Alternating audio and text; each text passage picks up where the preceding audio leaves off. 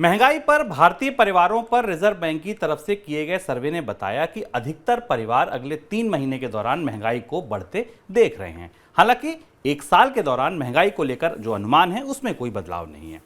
दूसरी तरफ देश की दिग्गज एफएमसीजी कंपनी हिंदुस्तान यूनिलीवर की तरफ से कहा गया है कि कंपनी अपने उत्पादों की कीमत फिलहाल बढ़ोतरी करती रहेगी, उनकी कीमतें बढ़ाती रहेगी, क्योंकि उसने अपनी लागत को पूरी तरह अभी ग्राहकों को पास ऑन नहीं किया है, उन पर नहीं डाला है। सर, क्या यही वजह थी कि आरबीआई ने अपनी आखिरी पॉलिसी में भी कोई ऐसा संकेत नहीं दिया कि ब्याज दरों में बढ़ोतरी रुक सकती है, कटौती शुरू हो सकती है?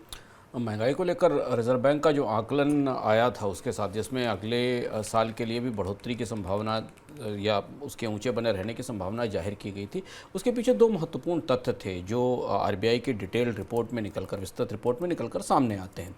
और यहाँ पर आप इस तरह से इसे समझ सकते हैं कि रिजर्व बैंक की पूरी लड़ाई महंगाई कम करने के बजाय महंगाई की संभावनाएं कम करने को लेकर होती है, क्योंकि कीमतें जितनी बढ़ चुकी होती हैं उसके बाद उन्हें कम करना संभव नहीं होता है।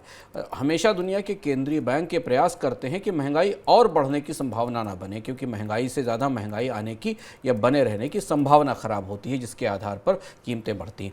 और इस मामले पर रिजर्व बैंक को सफलता नहीं मिली है। इस मोर्चे पर रिजर्व बैंक हार रहा है। रिजर्व बैंक ने अपनी रिपोर्ट में बताया, रिजर्व बैंक ने माना कि अगले पूरे साल के लिए भारत के लोग 10.8% की महंगाई की उम्मीद कर रहे हैं। अब इसे अंदाज करें कि वास्तविक महंगाई दर जो खुदरा महंगाई दर है वो 6.5-7% के आसपास रहे है, पर लोग उससे कम से कम 4 से 5% ज़्यादा की महंगाई की संभावना के साथ साथ प्रतिक्रिया दे रहे हैं रिजर्व बैंक को।